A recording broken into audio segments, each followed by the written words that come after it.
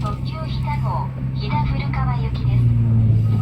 座席の向きが進行方向と逆向きとなっていますが、岐阜から高山線に入りますので、あらかじめ向きを変えてあります。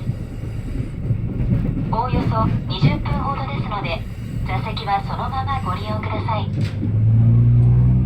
列車はデッキ、お手洗いを含め禁煙です。なお、ワゴンによる車内販売はありませんのでご了承ください。お荷物は荷棚の上か入り口付近の荷物スペースにお入れください。Thank you for traveling with JR Central. This is the Hida Limited Express bound for Hida Furukawa. The seats are currently facing backward. This is because this train will reverse the direction of its movement when we enter the Takayama line at Gifu. The change will take place in around 20 minutes. Smoking is prohibited in all areas of the train, including the deck and restrooms. Please note that there is no onboard sales trolley service on this train.